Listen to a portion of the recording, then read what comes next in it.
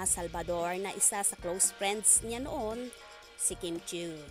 Katunayan, naging travel buddies rin sila dati.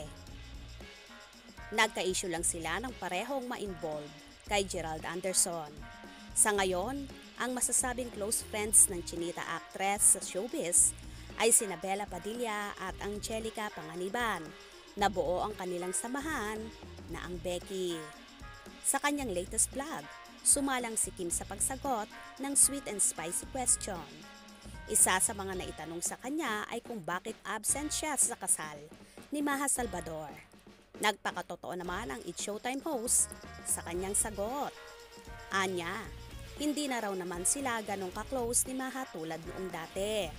Hindi naman kami sobrang close na ni Maha and hindi na rin naman kami masyadong nag-uusap.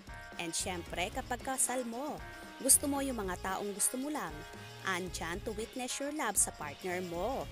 Paliwanag niya. Hirit pa niya, hindi rin daw siya imbitado sa kasal. Wala kayo sa kasal ni Ate Maha from Sammy.Girl.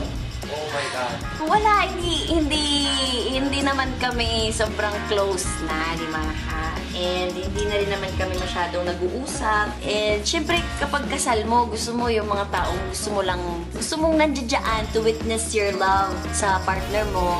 Hindi ako na-imbita. Pero okay lang. Ganon pa man, hindi raw naman big deal sa kanya kung hindi siya invited. Hindi ako naimbitahan pero okay lang, wala talaga. Sobrang happy ko para sa kanya. Minessage ko naman siya, say ni Kim. Pagbabahagi pa niya, nagkausap na rin daw sila ni Maha nang minsang maospital ang kanyang kapatid na sila Cam. Touch din daw siya sa naging pangungumusta nito sa kalagayan ng kanyang ate.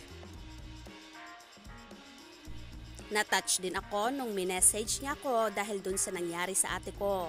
Sabi niya, pinagpipray daw niya yung ate ko and sana raw okay lang ako.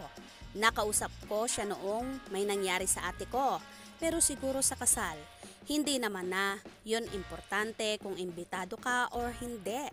Basta sa sarili mo masaya ka sa nangyari sa kanila. Tsaka deserve nila ang isa't isa nila ni Rambo. Pagtatapos ni Chinita Princess. Well, huwag na ngang lagyan ng mali siya kung hindi man naimbitahan ni Maha Salvador sa kasal niya, ang dati ay BFF niyang si Kim Chiu. Ang mahalaga, pare-pareho silang masaya sa buhay nila ngayon. Kaya naman tumutok at huwag pahuhuli sa mga maiinit na kaganapan. Anong inyong magiging reaction sa bidyong ito? Comment below.